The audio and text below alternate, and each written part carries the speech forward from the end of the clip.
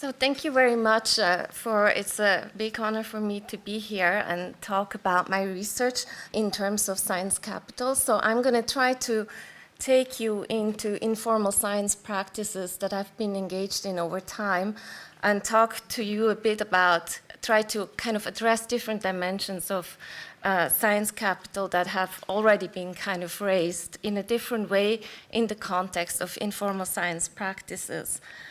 I just wanted to give you a bit of a background of my own lens. I'm an educational psychologist. I'm not a science educator per se, I guess. And so my theoretical framework is sociocultural theory grounded in the work of Lev Vygotsky and extensions thereof.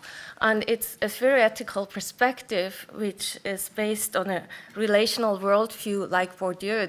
So there's always a dialectic between the internal and the external, the social, the individual, and all of this at many different levels. And learning, and I'm particularly interested in understanding learning and becoming as mediated by cultural tools. And maybe one could think of social capital as a kind of a cultural tool. And how this leads to the individuals to act in the world together through collaborative practices and towards transformation. And I'm particularly interested in understanding learning and identity and move away from mentalistic conceptualizations. And I saw, as I was trying to reread some of Bourdieu's work, that identity is also a notion that's very important to Bourdieu, and this idea that knowledge is embodied and enacted and tied to one's past and one's future.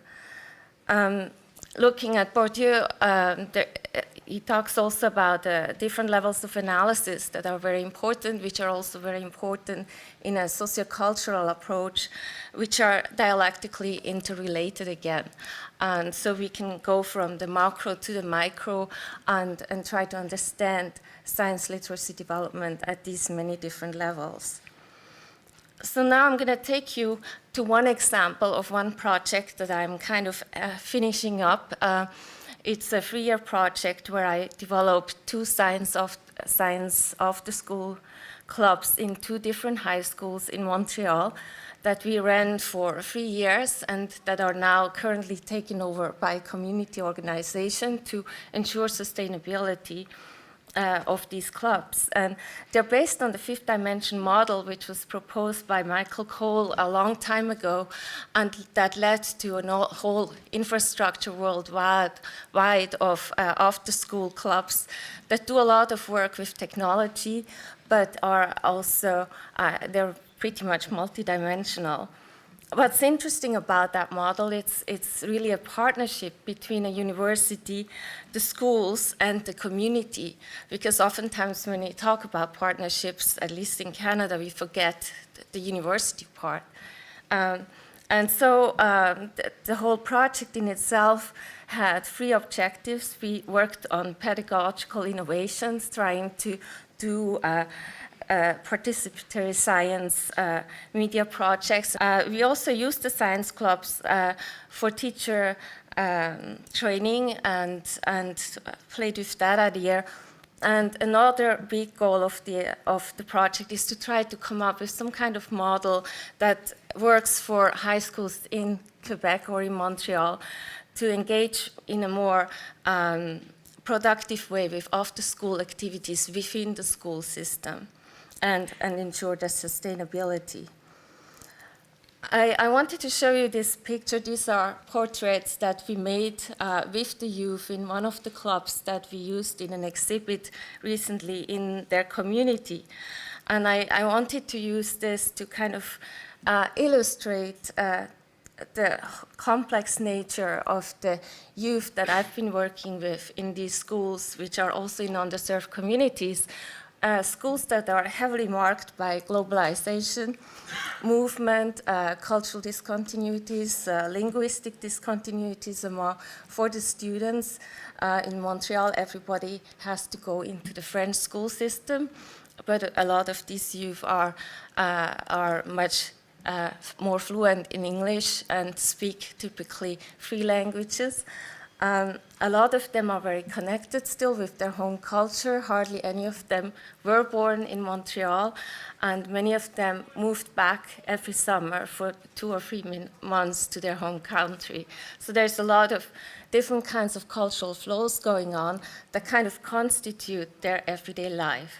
And so when we think of science literacy development in that kind of context and social capital, we have to think about what this might entail.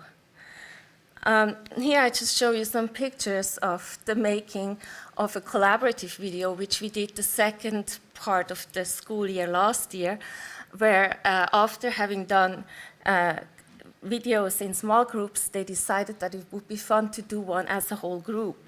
And what is really interesting to us in terms of science literacy development is the whole product, but actually the process in itself. And I think that comes back to some of the issues that have been raised earlier, where we engaged in a lot of dialogue with the youth about what is science and what isn't. Why should we worry about biodiversity? What's its relevance to us in our community? And so there's a lot of that kind of dialogue that we could engage in because it was after school and we didn't have 100 topics to cover. We actually had the leisure to take that time to engage in that kind of dialogue around it. And so when we ask the youth about what they like about the club, we get these kinds of answers, which are kind of typical of what youth tend to talk about when they participate in and engage with science in a different way in an out-of-school context. And you can see that a lot of them, the comments don't have to do about science, but about being a different kind of learner and having this opportunity to be a different kind of learner and be recognized for that in other ways.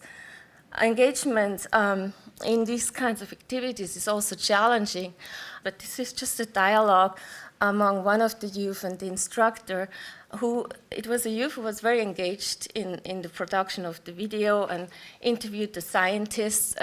And towards the end, as we were editing the video, he wanted to take all the pictures where he was in it out of the video, which he said is not really possible anymore to do at this point. And so I'm using that example to show that this whole engagement in the production of the video was a learning experience, not in terms of science, but in a much bigger way, and probably led to the development, if you want, of a lot of social and cultural capital that is as important as the science capital to actually engage with science. When we look at Bourdieu's work, we also, and others, we often talk about cultural reproduction and mobility. And I've become really interested in looking at learning and becoming as a process across space and time. And this is just kind of a model I, at one point, tried to develop to try to map things out, where from looking at learning and becoming in this after-school context, I often saw how youth culture and science literacy and the learner's identity and history, present and future, were all interconnected and constantly also remade as they were traveling across space and over time. And so when we think of capital, we have to think of it as something very dynamic. It's something that constantly shifts and changes. And how can we account for that? Because it can have very important consequences for how we might be recognized. And I used the case of a girl in an after-school science program for girls only, where we traced some girls' participation over time. And this is Mohini, who came to the program in elementary school with a very strong interest to make friends, but also to engage in science experimentation. And through the project, once in high school, she had the opportunity to participate in a science fair project, and she won the Trans-Canada competition. And what's interesting to me about that is that only once she won that competition, did she talk about herself as being interested in science and maybe pursuing it later on? And all these years before, when we interviewed her and talked to her about that, she always said, science is for my brother, he's probably going to be really good at it. But she never acknowledged her interest in science publicly. And it's almost like she got the public recognition for it and needed that kind of recognition to actually publicly announce that she's interested in science and wants to pursue it.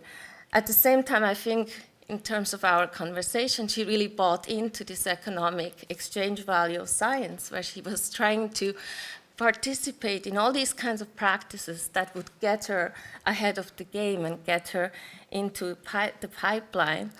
And it's interesting, too, when you look at the quote, that even after so many years, when we talked to her recently, she would still talk about how, as a youth coming from an underserved community, being an immigrant from Bangladesh and having grown up in social housing initially and kind of moved her way back up, how she never thought that science was something that she could even engage in.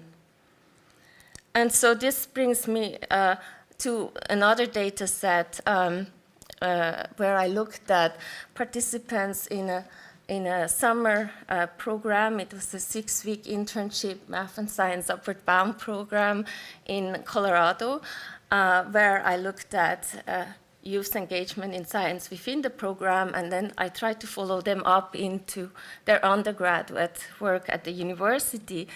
And we have different cases. We have only data on 9 cases totally, and there's only one girl, Hannah, the first one in engineering, who went to engineering school, and all the others went to community colleges, and some of them kind of worked part-time and dropped in and out of university.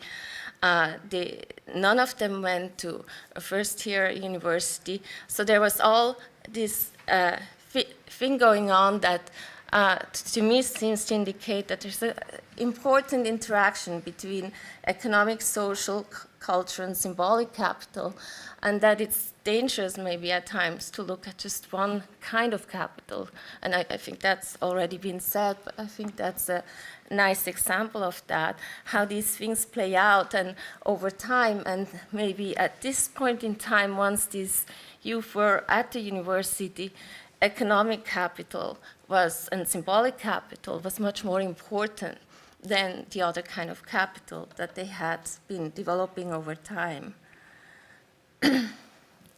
So I think if we want to think about science capital in society, it's really marked by very complex space and time configurations. It's in flux and continuously in the making and transforms over time. So if we make any kinds of, get an idea that maybe right now we have 70% of the students who are in the middle, maybe in 1 year later, that number might shift significantly. And what does that mean? And what does that tell us? So I think we have to be very careful about recognizing that these trajectories are not linear. They're very complex over time.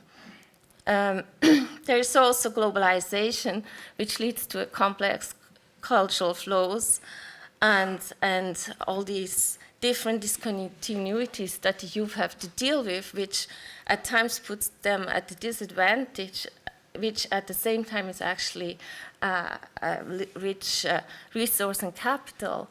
I am always amazed to see how these youth speak 3-4 languages fluently.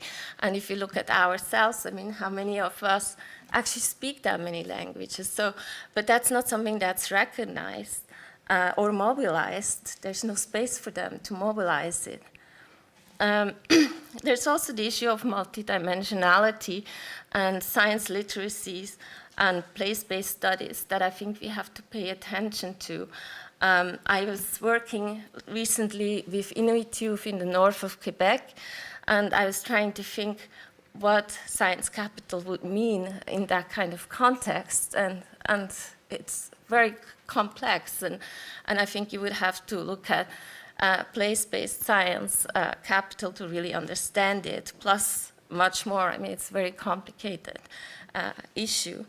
I think also that I would agree with what Jean Leif said recently at the Learning Sciences meeting in Boulder, where she talked basically about learning, that we've studied it as this static thing, and that we might have to look at people moving and trying to understand learning as becoming somebody, and understand the social and cultural lives within which science literacy or science capital is embedded, and try to understand it from a much more holistic, yet also constantly changing perspective.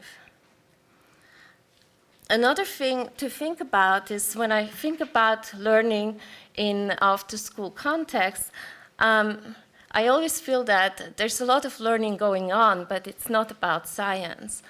And I thought it was interesting when I stumbled on an article by Krasny where she looked at the development of social capital in environmental education programs, where the goal, where science is used as a tool for action and transformation and social justice work. And so she makes the claim that there is actually a lot of social capital being developed by the youth through engagement in those kinds of projects.